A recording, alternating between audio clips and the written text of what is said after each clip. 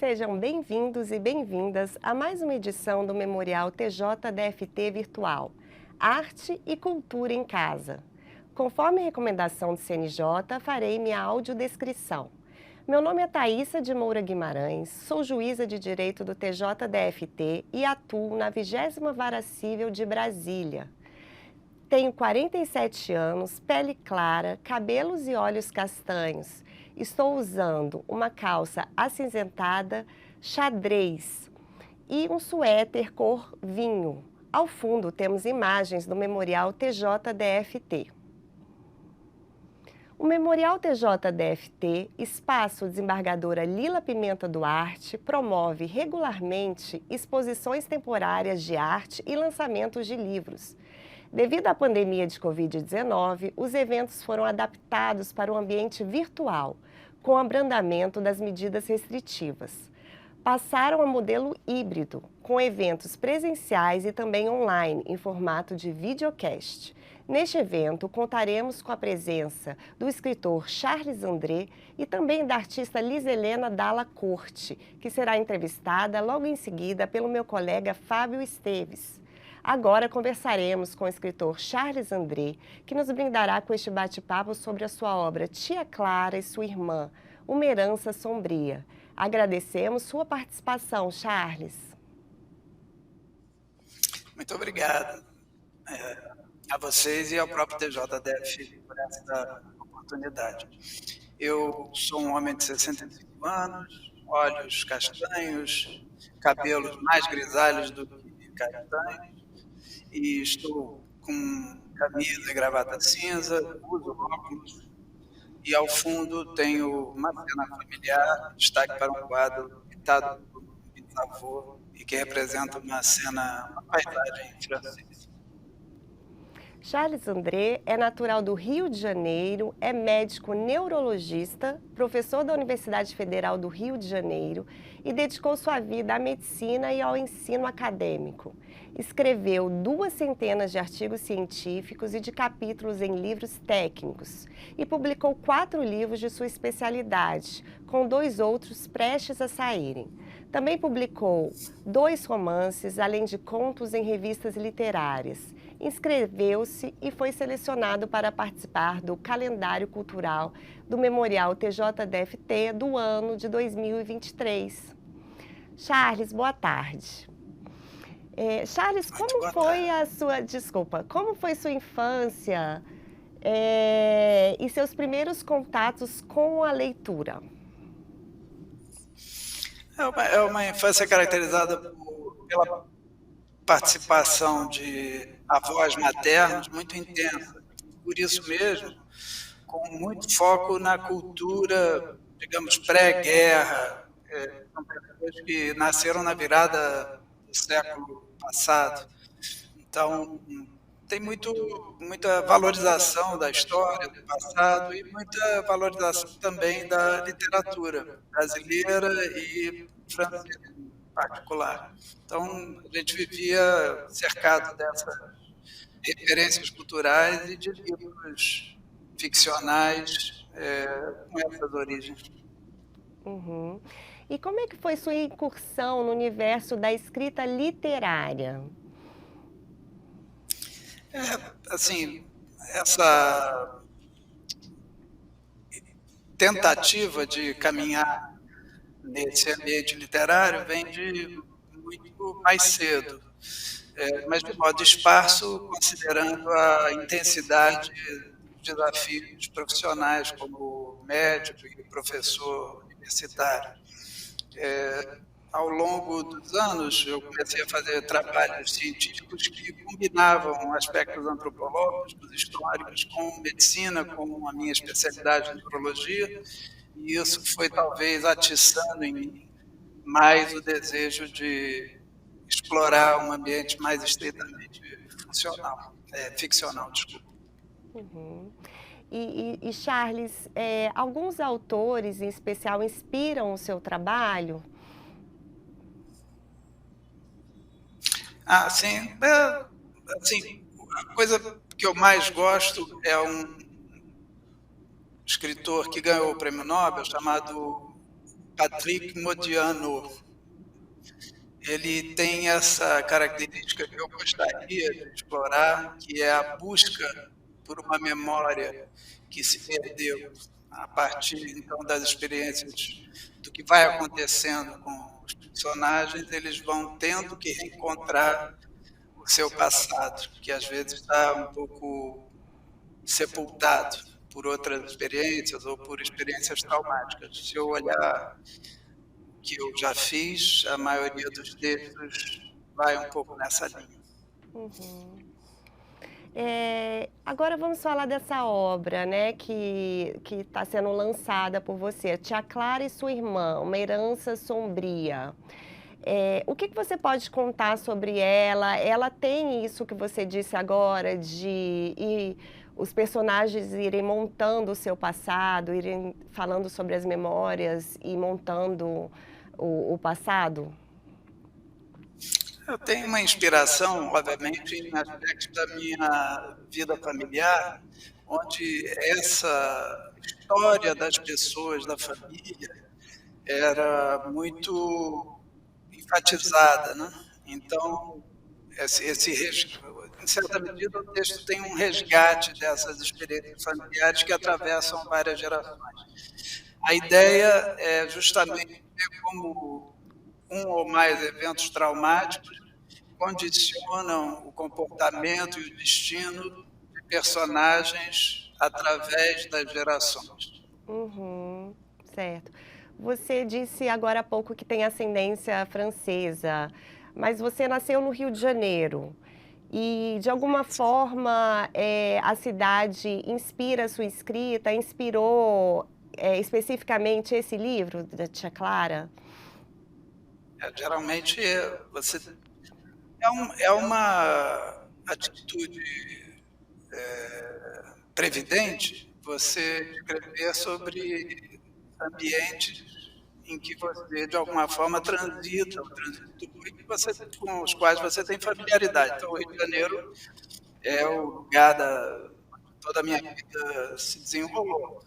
Então, vai muito por aí. Pelo menos esse livro, como você falou. Uhum. E também tem o aspecto da vida profissional. Até que ponto que você usa os conhecimentos da medicina para instigar os leitores, como o autor, o Arthur Conan Doyle, do Sherlock Holmes, ele faz? Ou quando você escreve, você não mistura as áreas, você deixa o médico um pouquinho e é só escritor? Em primeiro lugar, agradecer. Só mencionar uma pessoa como Arthur Conan Doyle numa situação como essa já é uma coisa que alegra a gente, sem a pretensão de que essa preparação seja válida.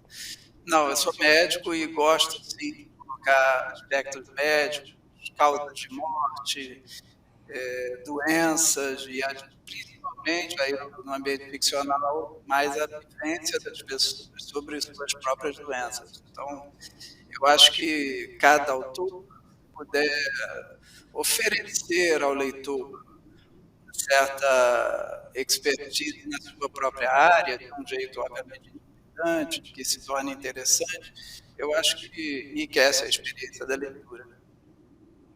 E você também é um médico bem atuante, não só na prática, né, da medicina, mas também é professor de universidade, atua na academia. Eu imagino que tenha sido um desafio, ingressar nessa área literária. E eu gostaria de saber quais foram os temores que você teve que superar para embarcar nessa sua outra, digamos, aventura, se é que pode dizer assim, porque pode dar a impressão que não é algo levado a sério, mas aventura no sentido bom, né? De ser algo diferente da sua profissão. E também ser sua profissão, né, agora, como escritor. Por que você decidiu escrever? Se teve alguém que te inspirou a escrever, que te deu muita força para você escrever, ou você falou, eu quero escrever para minha filha, para os meus filhos, para os meus netos me lerem no futuro, algo assim. para quem a gente escreve é uma questão complexa, né, porque se você não conseguir publicar, editar e divulgar de alguma forma o seu trabalho, como numa oportunidade maravilhosa como essa, isso vai virar mesmo um presente de Natal para o qual do qual as pessoas vão rasgar a dedicatória depois para poder jogar no lixo. Então você, tem que escrever visando um leitor ideal. E esse leitor ideal não são as pessoas da família, são pessoas que possam compartilhar com você esse universo maior que nos une. Agora, eu sempre tive.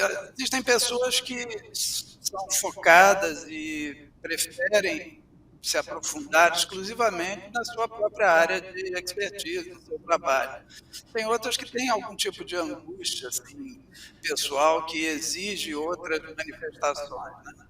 E esse é o meu caso, assim, ao longo da vida eu experimentei várias modalidades artísticas, assim, nas quais todas eu sou péssimo, e aqui talvez seja mais fácil para mim, até por esse viés acadêmico, de ter escrito tanta coisa técnica, é a escrita, né? É aquele momento onde você se sente mais confortável para trazer os seus conteúdos pessoais, mais íntimos, né? Até de certa forma, como uma gratidão aos próprios pacientes, né, que o que fazem é isso ao longo da sua vida profissional, é se expor, entregar as suas intimidades de uma forma que nenhuma outra profissão hoje tem o direito de ter, né? Uhum, sim. E qual é, na sua opinião, o principal papel da cultura na vida das pessoas? É difícil saber, né, porque a sociedade ela condiciona um pouco a disponibilidade de cultura, né? E nós temos, nesse aspecto, dificuldade de formação educacional e de acesso à cultura muito grande, né? E, obviamente, algumas iniciativas como essa aqui tentam lutar contra, né? Mas o ser humano, ele sobrepassa as suas mazelas com acesso à cultura. Tem um autor que diz que você, quando lê, por exemplo, né, você não vive uma vida, você vive 5.000 vidas. Então, Uhum, experimentar outras vidas, outras formas de sentir, para poder fazer suas próprias reflexões críticas, rever os seus sentimentos, eu acho que é, é fundamental para nós que somos seres em busca da nossa própria essência. Temos que construir ao longo de toda a vida quem seremos nós. E a arte, ela rompe com uma forma muito cartesiana de experimentar as coisas e te transporta para uma liberdade maior. Então, na minha visão, sem cultura, praticamente não há vida plena, pelo menos. uhum. Então, eu acho que você adiantou um pouquinho a minha próxima pergunta, a resposta da minha próxima pergunta, que seria o que te levou a se inscrever a sua obra no edital do TJDFT, exposições e mostras temporárias. Foi essa vontade de divulgação, não só da sua obra, mas da cultura em geral? Acho que sim, o que acontece é que o nosso mercado editorial ele é pequeno, né? Comparado a outros países mais desenvolvidos, em que o hábito da leitura seja mais difundido. Então, você faz um esforço para buscar editor, você conseguir publicar, dar uma certa qualidade visual ao que você produz e se vê com aquele filho, né? E você, como um filho adolescente, você quer um pouco que ele viaje e vá seguir a própria vida, né? Então, quando você tem dificuldades de distribuição, de exposição do seu trabalho, vai ser mais difícil que isso chegue a mais pessoas. Então, você tem que superar um pouco a sua timidez natural e tentar fazer uma divulgação, criar espaços para que as pessoas conheçam o que você está fazendo. Então, eu Uhum. tento fazer isso, tento escrever contos em editais de concursos, participar de reuniões como essa, criar outros vínculos com as pessoas que escrevem e que adoram o livro em si, tentar aumentar essa exposição do que a gente faz. Uhum. E agora trazendo um pouquinho para a nossa realidade aqui do tribunal, da justiça, eu queria saber se sua obra, da tia Clara e a sua irmã, tem alguma relação, permeia de alguma forma o sistema da justiça, a parte investigativa, criminal, policial. Em geral, para mim, o tempero é o crime e as consequências de reviravoltas grandes na vida das pessoas que frequentemente os acidentes, os crimes podem gerar. Especificamente aqui nesse livro, toda essa família, as gerações sucessivas, elas padecem e refletem sobre um episódio central de morte, e a gente tenta um pouco expor meandros de inquérito policial e do próprio julgamento para valorizar esse evento que eu considero central nesse livro. Então, é justiça mesmo, vamos lá. Uhum. Bacana, eu fiquei bem curiosa para ler o livro e vou abrir aqui um espaço para você ficar à vontade e falar mais sobre o livro. Claro que você não vai falar tanto, né, para a gente ficar mais curioso ainda para ler. Ou falar de você, ou deixar alguma mensagem, algo que você sinta necessidade de pontuar aqui com a gente. É difícil escolher um aspecto, né? Assim, talvez haja interesse no livro. Tem em edição virtual e tem edição física. Virtual não é difícil de achar pela Amazon. Quem tem Kindle, assinatura, pode inclusive ter o livro de graça. É isso, são 3 gerações que sofrem a partir de eventos traumáticos e tem que tentar, cada uma do seu jeito, cada personagem do seu jeito, superar essas questões traumáticas, encontrar mais felicidade. Felicidade que eu encontro por ter tido essa oportunidade aqui de estar com vocês. Charles, eu agradeço muito a sua presença. Espero que, de alguma forma, esse nosso encontro aqui sirva de incentivo à leitura e que divulgue a sua obra. Eu estou curiosíssima para ler, com certeza vou querer ler. Agradeço a sua presença, desejo a você uma boa sorte também nessa sua área da literatura. Obrigada, Charles.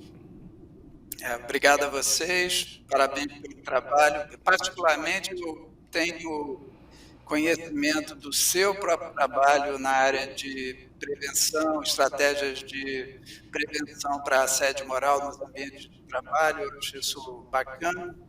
E poder estar interagindo com vocês é uma honra. Obrigado.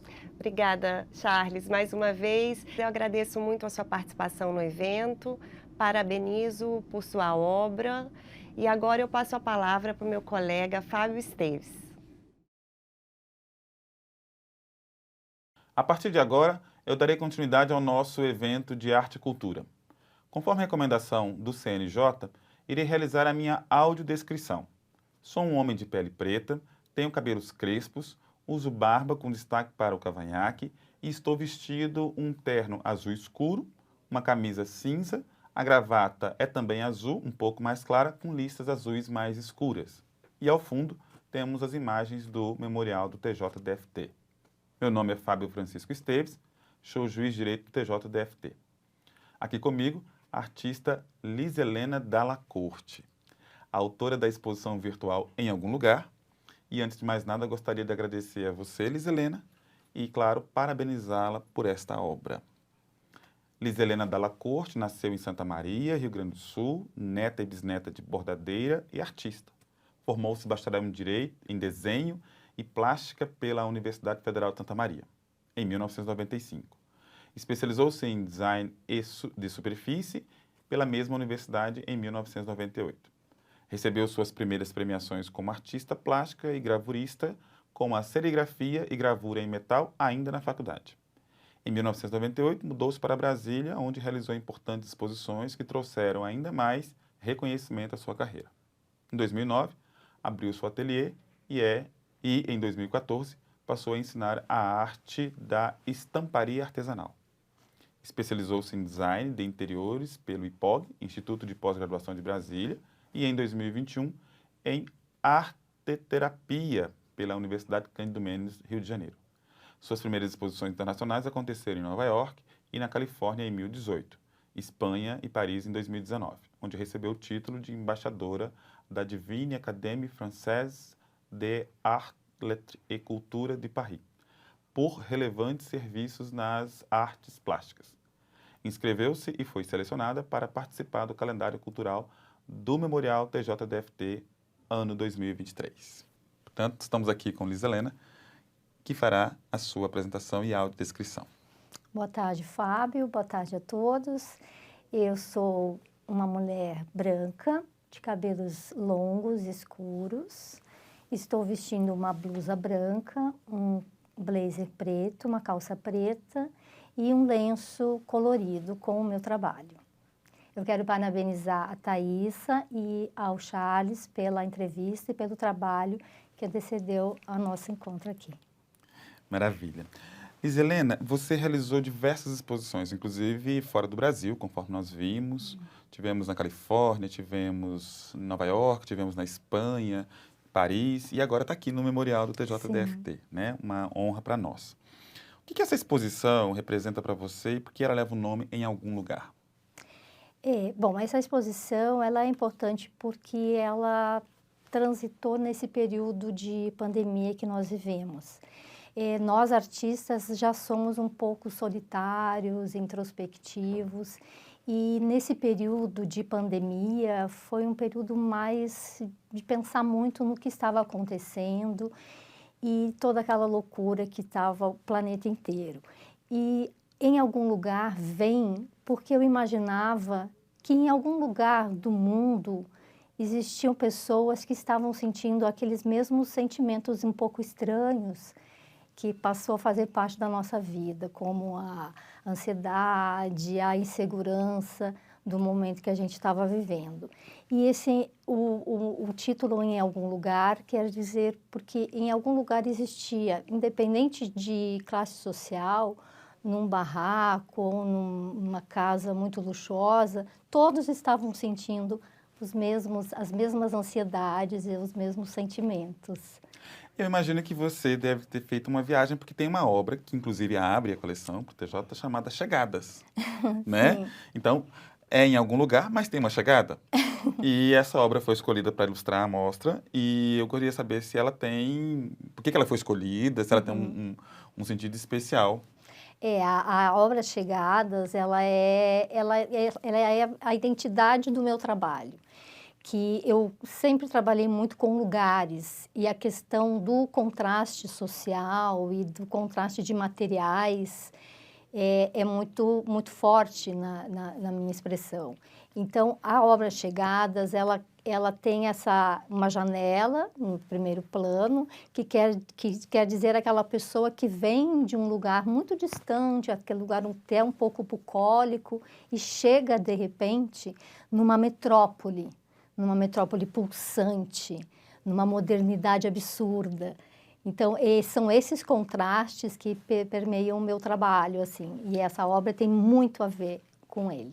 E você é de Santa Maria, Rio Grande do Sul, portanto, do interior do estado. Sim. Né? Esse lugar tem relação com essa descrição de chegar depois numa metrópole? Essa obra também fala sobre a Liza Helena?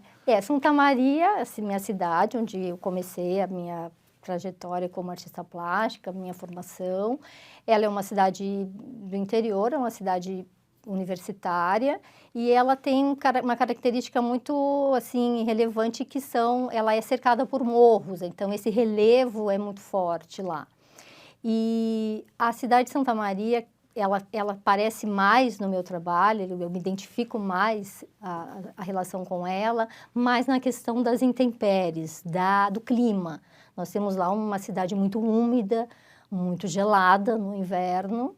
Então, essas sensações eu coloco na minha obra através de técnicas bem plásticas, assim, e que tem que passam essa sensação de gelo, de névoa, de geada, e porque é muito característico da minha cidade. E já que você gosta de trazer, né, incorporar as cidades e produzir no DF, né, produzir arte no DF, que é o contrário de Santa Maria, porque nós temos secura, a gente tem um clima muito diferente.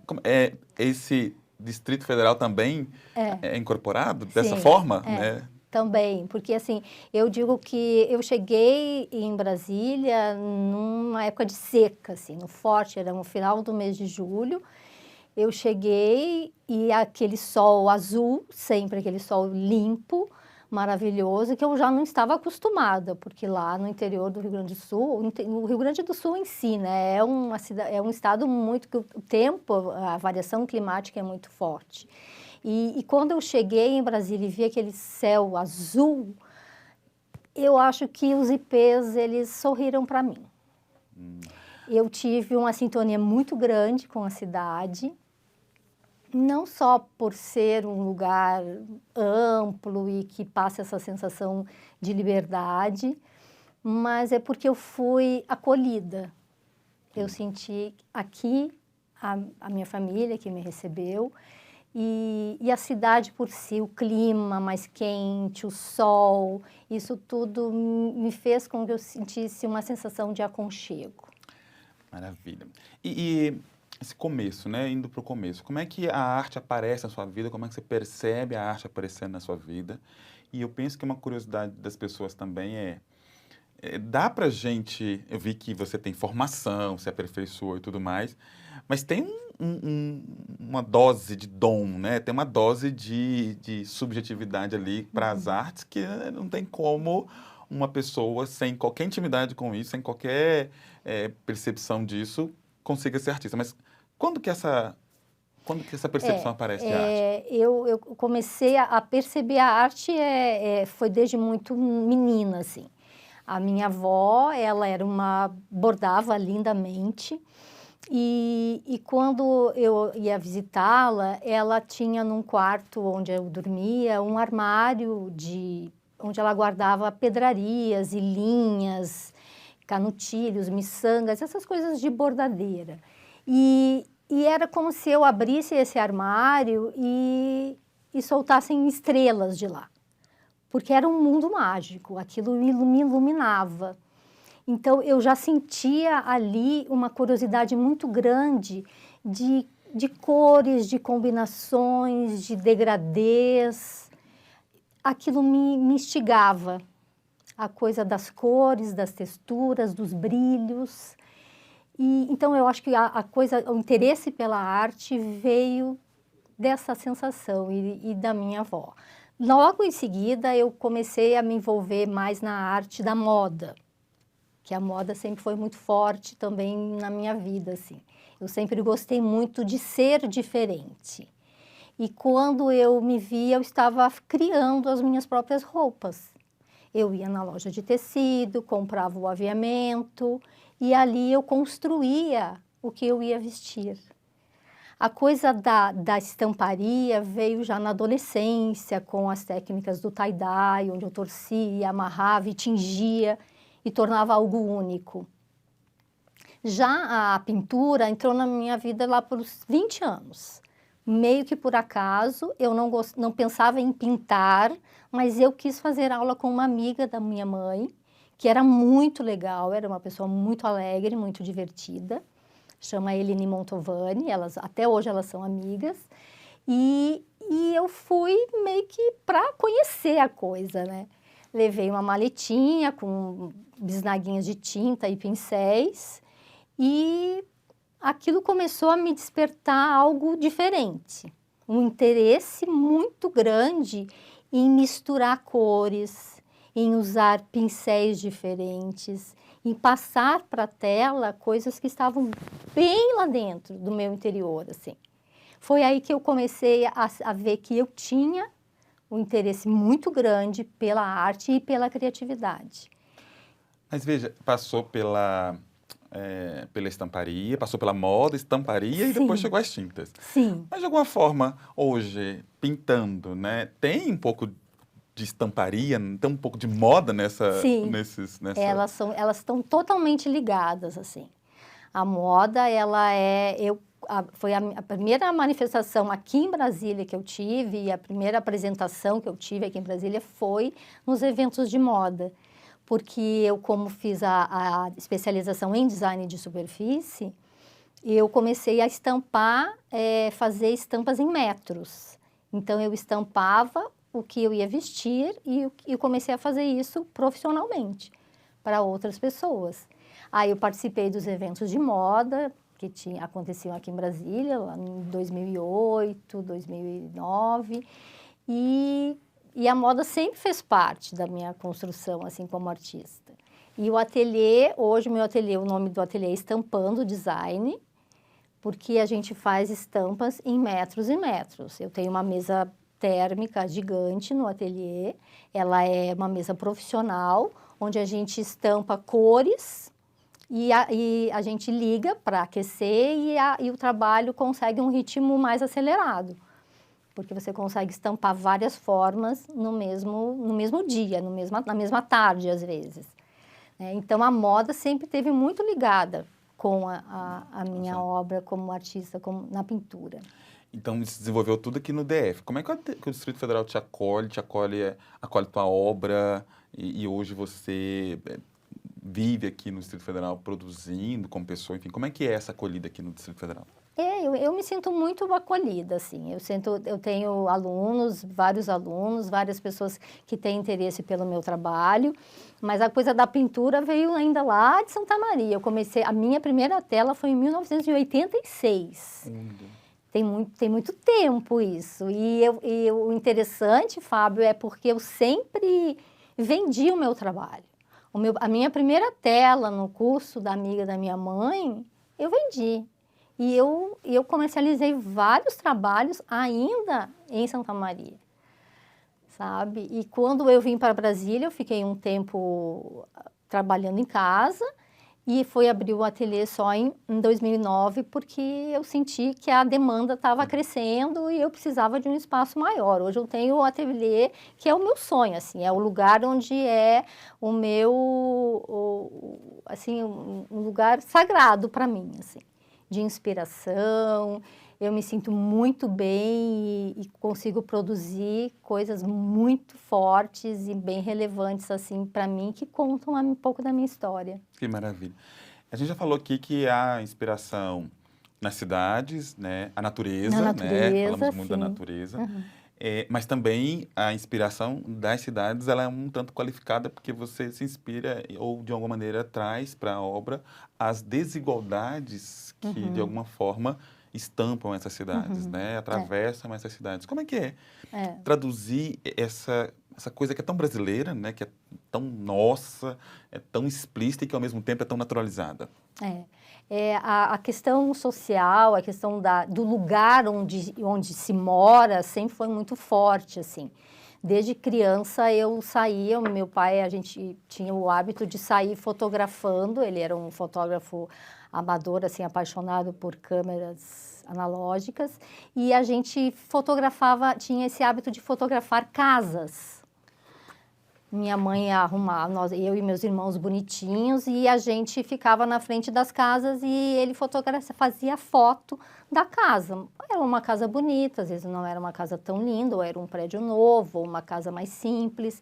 E a coisa da moradia, sempre me intrigava muito, assim. Que eu pensava, como será morar nesse lugar? Como será que é morar nessa casa? Aquela casa mais simples, tem uma luz bonita lá dentro, tem pessoas sorrindo.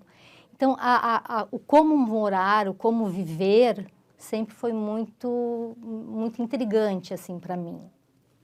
A questão da construção das cidades, vem muito da coisa de passear pelo cenário mais bucólico, daquelas casinhas ao lado de um riacho, onde se coloca um guardanapinho de crochê na janela, os detalhezinhos que fazem toda a diferença para a gente que é artista, sabe? Então, como é morar naquela casinha, ou como é morar numa grande metrópole? E esses contrastes do concreto, da madeira envelhecida, das construções dentro de água, como as palafitas, essas coisas sempre entraram como um contraponto, assim, da história, sabe? Da criação. É riquíssimo esse cenário, quando a gente vê uma cidade, uma mega cidade, pulsante, e um lugar bucólico, um lugar sereno, doce, né? Ingênuo, fazendo um contraste com uma mega metrópole. Agora, por mais que seja o retrato do lugar, das imagens, dos espaços, no fundo e na essência, está a falar de pessoas. Sim. Como elas estão nesses lugares, lá dentro. vivem nesses lugares. Então, tem uma inspiração em pessoas e tem uma pessoa que aí me parece especial, porque é ele que canaliza essa câmera que vai te ajudar a capturar esses lugares, que foi o seu pai e de seus irmãos servindo também de apoio para isso. Em algum momento eles estão nessa arte posterior e especificamente nessa exposição? Porque nessa pandemia a gente ficou longe dos nossos familiares. Aparecem em algum momento? Ficamos longe, o que aparece mais são as memórias mesmo, que eu tenho desses momentos de uma infância muito feliz e de carregar esse carinho grande pela família, pela avó, pelo pai, pela história toda, né? Que maravilha. Nós estamos fazendo uma exposição virtual, né? A gente comentou um pouquinho aí sobre a obra ligada a um sentimento relacionado à pandemia, onde se encontravam essas pessoas. E nós encontramos essa solução de fazer a exposição virtual. Por mais que a pandemia tenha se finalizado, a gente continua com essas exposições realizadas dessa forma. Como é que a gente viu que a pandemia afetou, em alguma medida, a sua obra, essa última exposição, mas como é que essa questão do remoto, da tecnologia, dessa possibilidade agora das pessoas acessarem a obra não mais fisicamente, não visualmente, fisicamente, mas agora nessa coisa de ter o remoto, pessoas via remoto acessando a sua obra? Eu acho, Fábio, que o olhar, quando a pessoa se dispõe a um olhar diferente, a parar e olhar diferente, ela não importa se ela é física ou se ela é virtual. Eu acho que tudo tem um momento que a pessoa sente que ela precisa de um respiro, de algo novo, de algo diferente, de algo que traga leveza, e a arte é isso. A arte tem esse poder de cura, digamos assim, sabe? De trazer esse frescor para a vida da gente. E não importa se ela está na tua frente ou se ela está atrás de um vídeo, um monitor. Agora, falando em inspiração ainda, eu imagino que essa amiga da sua mãe deve ter sido uma super inspiradora, porque ela rompe com uma sequência de trabalhos, né? Sai da moda, vai para a estamparia, aí chega alguém que faz com que você se sente atraída por uma outra forma de arte. Então, há uma inspiração que eu imagino que tenha sido para além da técnica ser ensinada e bem da forma de moda, da forma de arte sendo ensinada. Mas eu queria saber, tem algum artista, né, que se destaca nas suas inspirações, que de alguma maneira permite que haja ali as suas digitais na sua obra? Eu tenho, claro, a gente que é artista, a gente tem um leque de artistas que inspiram a gente, assim. As pinceladas de Claude Monet, para mim, são mágicas, assim. Eu tenho a referência das composições de Aldo Bonadei, que foram bem fortes na construção da minha especialização em design de superfície, que eu trabalhei com as favelas do Rio de Janeiro. Eu tenho também as texturas de Carlos Vergara, que são perfeitas para mim, que já é um artista bastante renomado brasileiro e que já tem uma idade, e ele segue trabalhando, estudando e pesquisando. Também as colagens de Beatriz Milhazes, que me inspiram pelo colorido.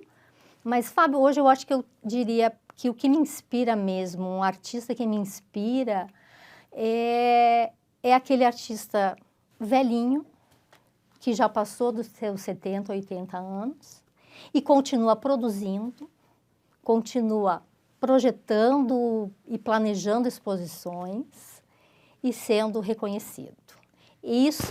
Essa é a maior inspiração para mim e que eu quero levar assim daqui para frente. E nesse ponto em que a arte, essas pessoas te inspiram e você produz e você também quer espalhar uma corrente para que outras pessoas produzam, que é o caso de ensinar. Hoje, você ensina a arte, né? Que experiência é essa de ensinar? Né? Eu sou de família de professores. Minha mãe, aquela professora, sempre fez de tudo e ainda era professora. E sobrinha, irmã de professora, e nunca passou na minha cabeça que eu pudesse me voltar para licionar. Tanto que quando eu fiz o curso superior, eu quis o bacharelado e não a licenciatura em artes.